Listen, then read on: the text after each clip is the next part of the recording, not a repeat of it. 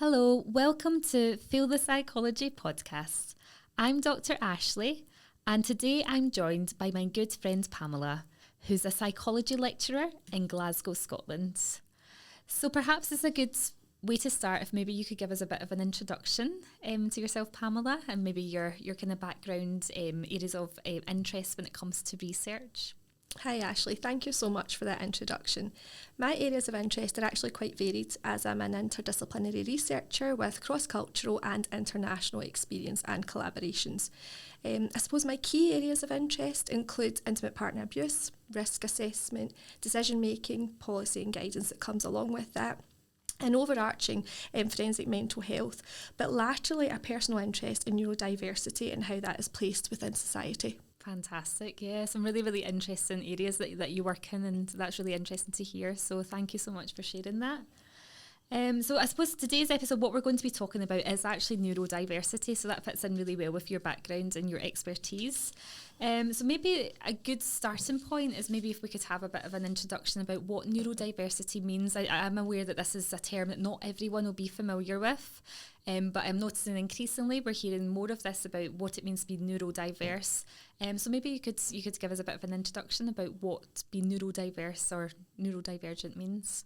Yeah, I suppose so. Neurodiversity is the term that's used that individuals possess different neurotypes, and I suppose in other words, neurodivergent individuals often experience differences in their mental functioning, their learning styles, sensory processing, communication styles and behaviours, and they may struggle with the soft skills such as emotional intelligence, social interaction, or the ability to work effectively in a group. So a person can be neurodivergent, but a collective would be neurodiverse, and this term was coined by Judy Singer in the 1990s to describe differences in neurotypes in hope to focus on discussions that would move forward for a proactive understanding of neurodifference and away from the usual deficit, impairment and disorder approach. And that's really important about understanding the language that is used. Absolutely. Because for a neurodivergent person, when the incorrect language that's used, it is quite offensive when people aren't understanding that person and they're just making an assumption. So it's really understanding that it's really important that we understand these disorders and what difference that language makes to a person, but also the inability that we have as a collective to not see the individual and not see how important it is to put these accessibility measures in place so that that person who is neurodivergent can survive in a world that's not fit for purpose for them. So this term, neurodiversity, was founded, but it's really important to understand what's included within that term, and there's many disorders or conditions that we would be classed within that cohort or under that umbrella, and these include autism spectrum disorder, attention deficit hyperactivity disorder or ADHD, dyspraxia, dyslexia, dysgraphia, dyscalculia and Tourette's. And these are conditions or disorders that some may have heard of, but not really understand what these actually mean. And there's lots of famous people that us lay people can really associate to, and that there's a lot of very well gifted people in the world that are neurodivergent. And I think it's important, especially when we're dealing with a post-COVID era and a collective society of young children who are really struggling with their mental health, and a lot more diagnosis in adults, particularly females who are neurodivergent and being diagnosed later in life. It's really important that we've got a clear understanding of the diagnosis, what that is, how that looks in that individual, and remembering to come from a person-centred perspective as well, and not see the collective as neurodiverse, but actually focus on the individual as the neurodivergent, and what is appropriate for them. So there's a lot of interventions available, there's treatment methods, support mechanisms, and there's a lot of group work as well that you can be involved in if you're wanting to. There's a lot of support systems within the local communities, and I think it's really fundamental that no matter what age category you fall into, it's important to get the support and the correct support. And recently there's been a lot of focus on the right person, right time, and that's making sure that you're gaining access to the, as it says, the right person at the right time. What support do you require, and getting it at the time that it's most needed. And whether that is children receiving the correct support with early intervention and early diagnosis, or what's most common and what we're reading a lot more about is the implications of late diagnosis, absolutely, or even misdiagnosis. And I think that's a really good point. The fact that we are seeing it a lot more in the media, it's becoming something that's more and more talked about, and maybe people are starting to ask themselves questions about their themselves and like their own behaviour, things that they've noticed in themselves.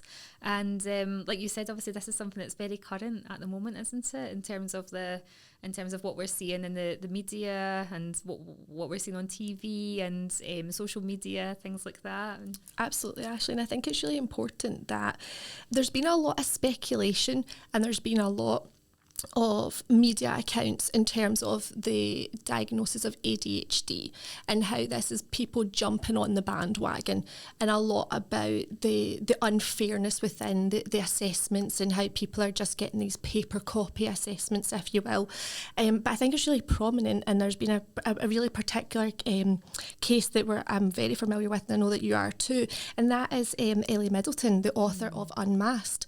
And she is very publicly known now, which is amazing, because of her challenges. Unfortunately, because of her challenges, our late diagnosis, our misdiagnosis leading up.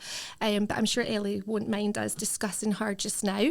But in terms of her ADHD and her autism spectrum disorder diagnosis, this is really started her life, and she is very, very comfortable with disclosing that and discussing it publicly, because I think she maybe just had her 2-year post-diagnosis anniversary, and the life that she now has is much more fulfilling, and it's all over her social medias platforms, and how she is just loving life and really embracing who she is as a person, a neurodivergent female within the public eye, and really supporting other neurodivergent people. She's also educating massive big companies, including the likes of Google, and there are others as well. But I know that she is certainly training these staff members so that the employees can be more aware of what it is to be neurodivergent and what that collective looks like as a neurodiverse society, and how they can best support their staff. So I think the media it's a double-edged sword, and it can be positive and it can be negative. But there isn't just Ellie that we're discussing. That's just one particular case. There's the likes of Sam Thompson, who was recently on I'm a Celebrity, Get Me Out of Here. And, I have another case is James Watt, who's actually the co-owner, the co-founder of Brewdog.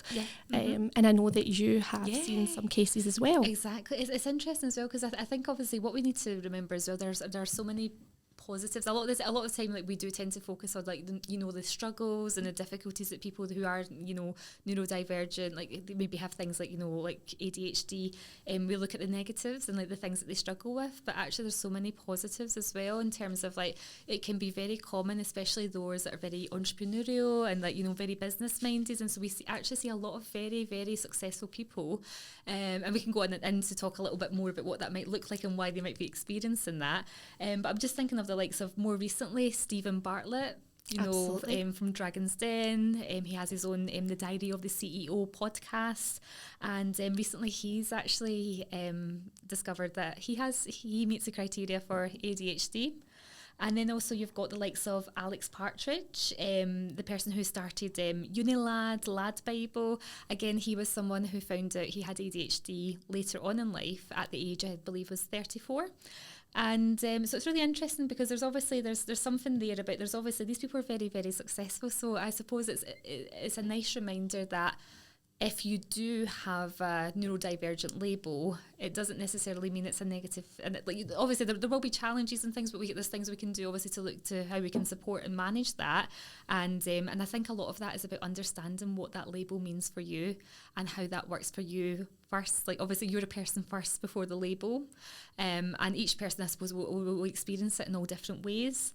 But yeah, there are advantages, like, you know, that there will be positives that each person will have, and I know that some people would refer to it as almost like their superpowers and things like that, as a result of having things such as ADHD. But it's interesting that Alex Partridge, he's got the ADHD Chatterbox account on Instagram. And I think he's got a podcast there as well. And he actually put a post recently, which I thought was really, really interesting. And it was this idea that he was going to say, you know what, when people say, oh, why do you need a label? You know, we all get a bit overwhelmed. You know, you don't need to put a label on it. There's no need to go and seek a diagnosis, get a label or anything like that.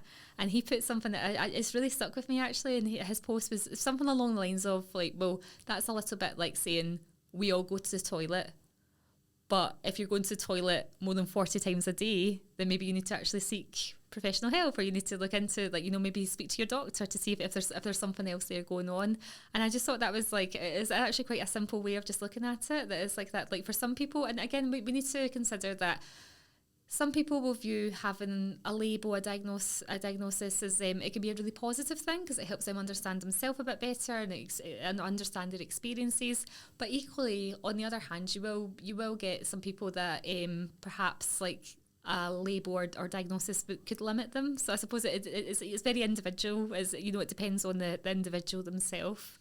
And and I suppose that is because we're individuals foremost, aren't we? Like in terms of like. Absolutely, Ashleigh. And I think it's really important. I mean, we both come from psychology background. Yeah. We're both familiar with labelling theory and, yes, you know, as undergraduates, how that was introduced to ourselves.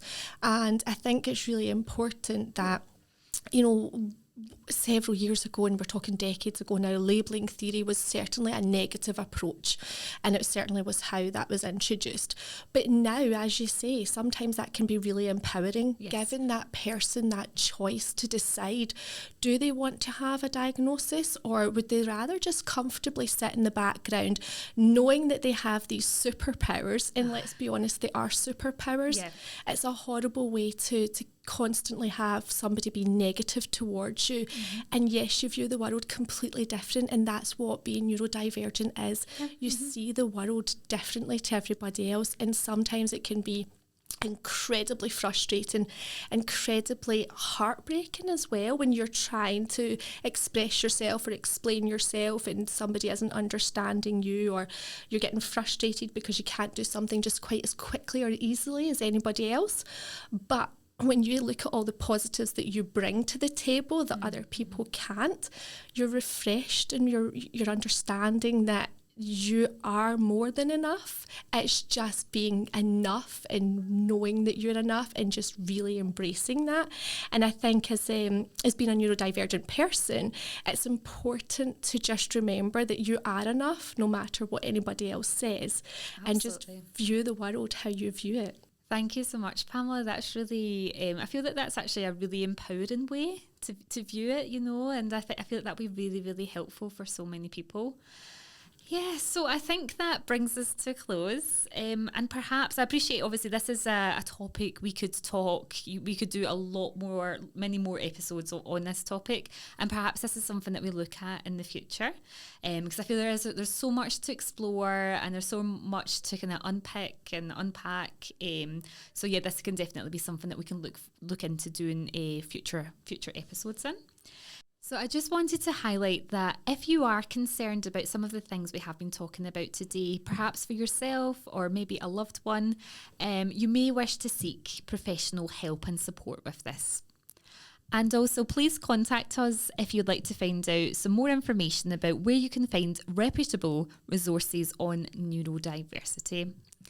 So I would just to end, I'd like to really thank Pamela for taking the time today to speak on the podcast. Really appreciated your insight and your views. And thank you so much for coming along and sharing that with everyone. Thank you so much, Ashleigh. It's much appreciated. And I hope it's been helpful for some people just to listen in and just get that little bit more insight, as you said, into neurodiversity and what it is to be a neurodivergent person. Perfect. Thank you so much. So that concludes our podcast. Thank you so much for taking the time to listen.